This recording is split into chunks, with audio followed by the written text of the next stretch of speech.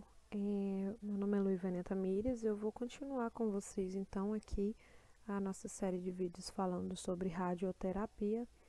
A gente vai aprofundar mais a respeito dos tipos de radioterapia.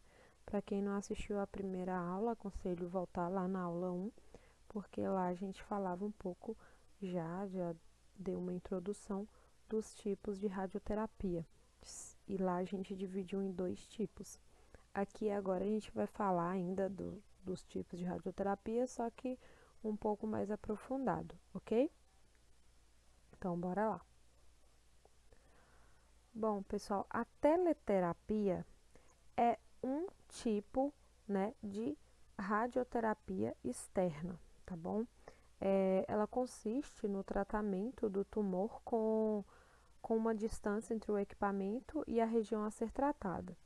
Geralmente, essa distância equivale de 80 a 100 centímetros. Depende, né, da região onde vai ser tratado. Os aparelhos mais usados são o de telecobaltoterapia e os aceleradores lineares. Vocês vão compreender um pouquinho sobre cada um deles. Para poder realizar os tratamentos através da teleterapia, é feito todo um planejamento da dose e a marcação no corpo do paciente com caneta, com uma tinta e tatuagem, a fim de definir os locais exatos a serem bombardeados. E por que é desenhado isso? É uma caneta meio que fixa, que fica por um bom tempo. É para você sempre atingir somente aquela região delimitada. Né? E as células a serem tratadas, elas são mais sensíveis e são mais lesadas pela radiação do que as sadias. Isso já foi falado também na videoaula 1. E assim, pessoal, durante os intervalos das sessões, por exemplo, vocês lembram lá que eu falei que tem tratamento que a gente faz na segunda, quarta e sexta? Durante os intervalos das sessões, as células boas, elas conseguem, tá, se regenerar, ok? Então, essa marcação, às vezes vocês podem encontrar pacientes que ficam, né, é basicamente realmente uma tatuagem que fica no corpo. Aquilo ali acelera, né, para não ficar toda vez tendo que reposicionar o paciente, toda vez tendo que marcar onde que vai ser irradiado. O paciente já tendo aquela marca ali, já facilita bastante começar o tratamento, ok? Bom, vamos falar um pouquinho aqui da telecobaltoterapia. Bom, na telecobaltoterapia, a fonte utilizada é o cobalto 60, que emite raios gama, e ele fica dentro de um cilindro metálico duplamente encapsulado, e é apontado, né, o feixe de radiação bem no centro do tumor. Essa técnica ela possibilita o bombardeio do tumor por diferentes ângulos, dependendo do planejamento terapêutico, ok? Então, na telecobaltoterapia é utilizada uma fonte de radiação, que é uma fonte de cobalto 60, que emite raios gama. Nos aceleradores, né, os aceleradores lineares, eles já são diferentes um pouco. Eles emitem energia a partir da aceleração de elétrons e eles emitem raio-x ao interagir com o tungstênio.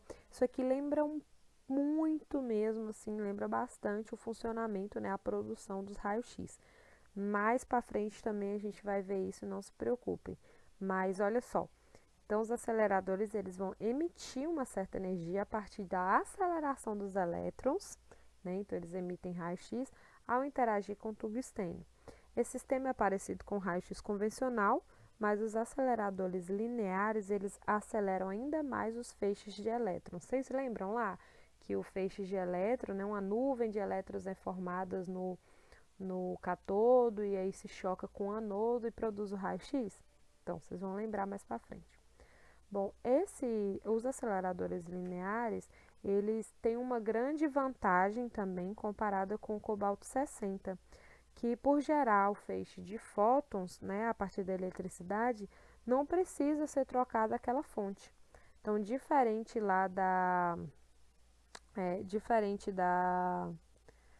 da telecobaltoterapia, né, que precisa, né, ser trocada essa fonte, Nos aceleradores não tem essa necessidade, ok? De ser trocado.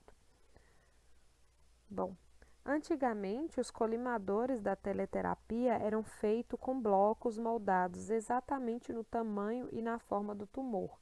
Aqui, quando eu for falar sobre acessórios, eu ainda vou falar um pouco desses blocos, tá bom? Fiquem atentos, que lá na frente a gente volta nisso aqui tudo. Então, antigamente era usado muito aqueles blocos. Então, a gente fala ainda hoje em aula porque pode ser que vocês venham a encontrar ainda equipamentos antigos como esse. E aí, hoje, esses blocos anteriores, eles eram feitos de chumbo, urânio ou tungstênio, na intenção de limitar a área a ser atingida e proteger as células sadias. Para quê, né, gente, que serve um colimador? Para isso, né, para irradiar apenas a área de interesse. Porém, esse aqui é o colimador multifolhas ou multilâminas, tá? Ele é localizado na saída aqui do cabeçote. Ele possui várias lâminas aqui, que finas, né, e espessas com material de autoabsorção, geralmente é guiado por um sistema remoto computadorizado.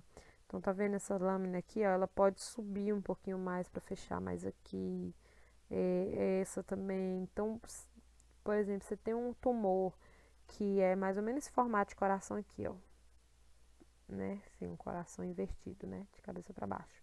Aí você pode diminuir aqui a colimação, você pode fechar essas folhas, né, essas lâminas aqui. Aqui, né, mostrando as marcações que são necessárias, né, de se fazer no corpo do paciente, tá? Em alguns casos, essas marcações elas são feitas nas máscaras termoplásticas, a gente vai falar também em acessórios, tá? Por exemplo, aqui é construída uma máscara e as marcações elas são colocadas, né, são identificadas aqui mesmo nesse material.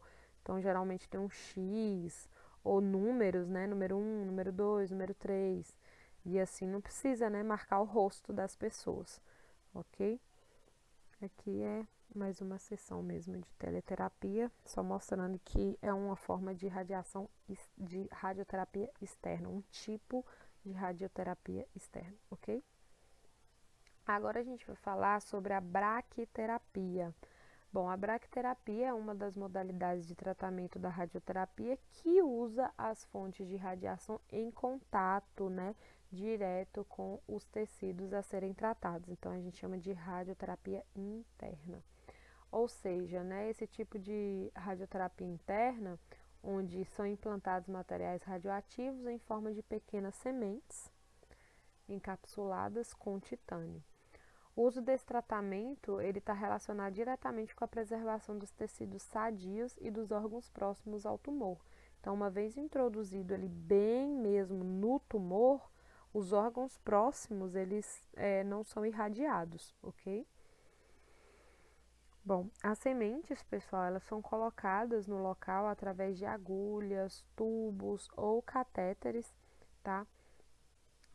E são guiados por ultrassom. Ultrassom é aquele exame que a maioria das pessoas conhecem como quando vai ver o neném na barriga da mãe, enfim. Então, esses tubos, eles são guiados por ultrassom ou pela tomografia computadorizada. Geralmente, são utilizados isótopos como o iodo 125, que tem uma meia-vida de 60 dias, ou seja, ele vai ficar 60 dias ali irradiando, em média, e o paládio, né, 103, que a meia-vida dele é de 17 dias aproximadamente. Quem ainda tiver dificuldade de entendimento desse termo de meia-vida, gente, aconselho vocês pesquisarem mais, aprofundarem mais sobre isso, porque vocês vão ouvir muito isso na vida de vocês, na vida estudantil e na vida profissional também, tá bom? É bom também pesquisar sobre isótopos, né? Eu deixei de um modo bem resumido também na apostila de vocês, para vocês acompanharem, ok? Aqui é só exemplificando, por exemplo, tratamento para um câncer de mama, né? Uma braquiterapia, no caso, a radiação o tipo de radioterapia interna, né, onde a fonte radioativa ela está diretamente em contato com o tumor. Aqui seria um de mama e aqui, por exemplo, o de próstata. Aqui tá vendo que é tipo tem uma lâmina como se fosse um coador onde você sabe onde você vai colocar esses tubos, esses catéteres, para poder introduzir no local certo.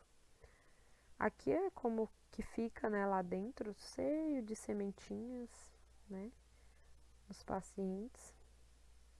E aí a pessoa convive com aquilo ali sem sentir dor, sem sentir a radiação dentro dela. E é um valor muito mínimo, gente, é pouca coisa. A pessoa ela não se torna radioativa só por estar com aquelas sementezinhas ali implantadas no seu corpo, não, tá bom? É bem tranquilo, a não ser pelo incômodo mesmo da introdução desses catéteres, ok? Bom, existem, pessoal, duas formas de braquioterapia, a permanente e a temporária. A permanente é quando as sementes elas vão ser colocadas e elas não são retiradas do organismo, obviamente, né? Elas têm baixa taxa de dose que permite ao paciente uma vida quase sem restrições após o implante e é feita sem necessidade de internação. A temporária, né, as sementes elas são fixadas e após um período já pré-definido elas são retiradas. Elas possuem um tempo de meia-vida bem médio que varia de dias ou até anos. Normalmente elas são reutilizadas também em outros pacientes, enquanto elas possuem um poder de tratamento, ou seja, enquanto ainda tem uma dose, né, de radiação, enquanto não passou a meia-vida dela. Então, elas têm uma alta taxa de dose e geralmente se usa em uma fonte modificada de irídio 192 e o afterload, que é o processo automatizado de implantação de uma fonte junto ao tecido tumoral. Bom, a retirada, né, dessa fonte e armazenagem em recipiente blindado é também feita de modo totalmente automático. Nesse processo, um aplicador é posicionado e a fonte ela é introduzida no interior do aplicador junto ao tecido tumoral para um equipamento automatizado sem a presença de outros indivíduos que não o paciente, tá bom? Agora a gente vai falar um pouco sobre a radiocirurgia, que é uma forma, né, pessoal, um tipo de tratamento usado em lesões intracranianas como tumores malignos e benignos, e também distúrbios funcionais e malformações arteriovenosas. Nesse caso aqui, pessoal, é liberado uma alta taxa, né, de dose de radiação em uma única sessão e o procedimento ele é feito através do cobalto 60 e também dos grandes aceleradores de partículas, os ciclotrons. Também são os mais usados são os aceleradores lineares mesmo.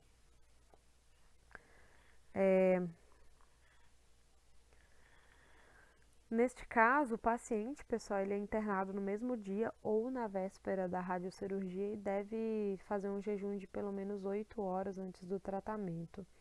É colocado na região frontal e occipital, né, aqui do crânio. Vocês lembram dessa questão da anatomia? Um arco metálico ou um anel estereotáxico que permite a precisão no direcionamento dos raios e ele é retirado logo após a aplicação, tá? A radiocirurgia ela pode ser aplicada uma única vez ou fracionada. Quando o tratamento se estende por vários dias, é feita uma máscara exclusiva e específica para o correto posicionamento dos raios a serem emitidos no alvo. Então, cada paciente vai ter um nomezinho ali na sua máscara. Ele vai para casa, quando ele voltar, aquela máscara está ali, a máscara do seu José, a máscara da Dona Maria, e tem já a marcação aonde vai ser emitida a radiação, os raios, tá bom? Que já tem onde vai ser a posição do alvo. O planejamento do tratamento ele é feito através da TC, da tomografia computadorizada, através de ressonância magnética e angiografias, delimitando as regiões mais sensíveis e o volume do alvo. E logo após ocorre então a distribuição das doses de radiação.